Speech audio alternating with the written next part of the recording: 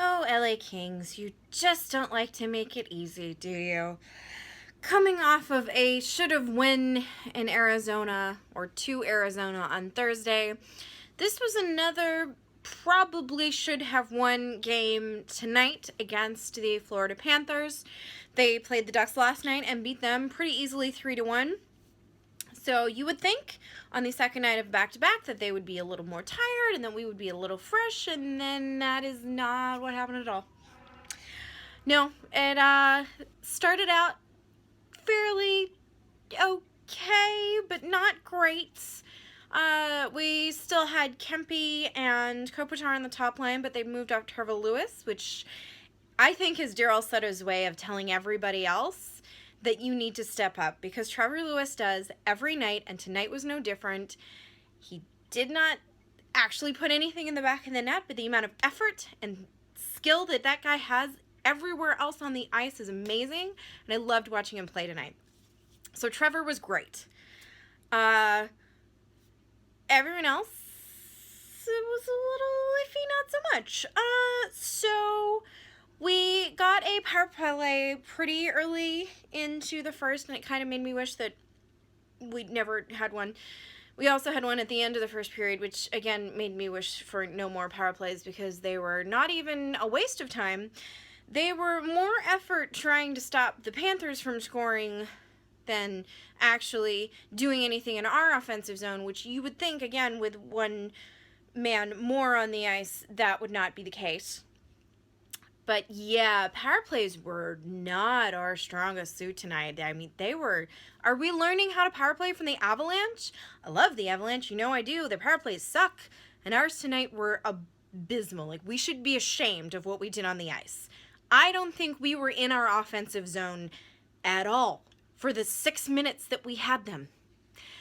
So around like 14 minutes into the first period, we finally get a string of good shifts together. And by that I mean like two, and we're consistently in our offensive zone, and things are switching out, and we're getting a lot of good shots in the Luongo, and I'm thinking, oh, this might go well, until Marian Gaborik decides to trip, and so Luongo's out of the net, and the scorers are going the other way, and before he can actually even take his 2 minutes in the box, the Panthers have scored, negating the penalty. So there was that. Could that be an any more LA Kings move if it tried?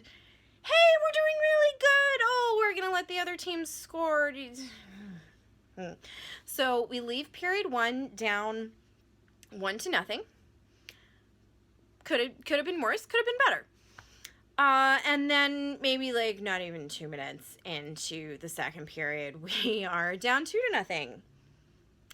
I don't know why we thought it was a good idea to leave a guy completely unmanned in front of the net while we were checking behind the net. Just because the puck is behind the net doesn't mean it can't come out to a goal scorer right here in front of Budai and then go in. So maybe just something we want to look at for next time. Food for thought there. So things aren't going great, and the Kings finally, I guess, wake up or start playing, or something happen, because there's finally some stuff happening by Luongo. Quite a good actual net front presence, and people kind of really getting into it down that end, and actually looking like they're trying to stuff a puck in the net past Luongo, and finally Dwight King does. And it's beautiful. I mean, seriously, Dwight King, thank you for that stunning goal. I loved it. So he gets the feed, and Luongo's kind of leaning one way, and he just lifts that puck up just straight over Luongo's right pad there, and beautiful, and the Kings are up 1-0. But wait, are they goaltender interference, or they're going to do the coach's challenge and see if it is? And after that agonizing wait of, oh, are we actually back in this game for a second here? Yes, we are. So, 2-1 there, and then not long after that, Jeff Carter gets there's a 4-on-2 with Carter and I believe Pearson. Toffoli ends up in on this play. And he beautifully kind of bypasses all four of the Florida Panthers there and gains the zone, and he gets the puck to the front of the net, and good things happen when you go to the front of the net, like Tanner Pearson putting a puck in the back of the nets. Thank you, Tanner Pearson. if it were not for Tanner and Jeff, I'm a little scared about what the other Kings are doing this season, because it's not a whole lot. I didn't even notice half of them on the ice. Of course, I'm going to notice Drew Doughty because he's phenomenal and does some beautiful, beautiful things. Just his presence on the ice, he knows hockey. So, always beautiful to see him. Like I said, Trevor Lewis is great. Cliffy was just, like, smashing the crap out of people today, and that was great. He and Andreeff and... Cliffy, Andreeff, and King were on a line together, and they looked pretty solid all night, actually. They had some really good looks at the net, including, of course, the one that Dwight King got in. So I was starting to think that maybe we're getting a little bit of chemistry going here. That 70s line is back together. We've got that really great fourth line there. Maybe if we could get a couple of our other players tuned in and dialed in and zoned in, then maybe we can pick it up again for the third and be okay. That did not happen. 45 seconds. 45? No, 15. 15 seconds into the third period, they score.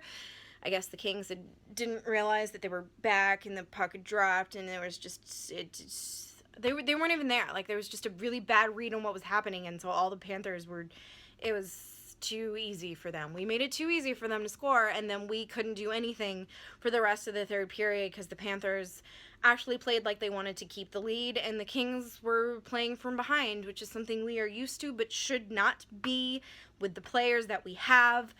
This team baffles me. I don't know. I don't know how to explain it. We have some really, really good players, and Budaj occasionally does really great things. Like, he has the most amount of shutouts in the entire NHL right now this season. Like, how does that happen? And then he lets in just garbage goals the last couple of games. He's just been off, and I don't know. I don't know if we're going to see Quick back this season, honestly, at this point. We have a huge game against the Anaheim Ducks tomorrow.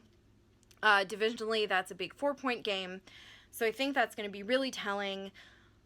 In my humble opinion, if we don't start picking up points and if we're losing the divisional battles, I don't think they're even going to bother bringing Quick back this season. There's not a whole lot of point if he's just going to get injured, and we're not going to be able to do anything with him. So, on that depressing note, don't look at the standings. It'll just make you sad. And I have no Chris Sutter dance cam. So I really have nothing positive to bring from the end of this recap. I'm sorry, guys. Tune in tomorrow for the Ducks. And maybe we'll have something more positive then. Here's hoping, because I really like beating the Ducks. It feels really good. It's amazing! I'm so excited! I love it! You can feel the intensity. Anything you want to say to the fans?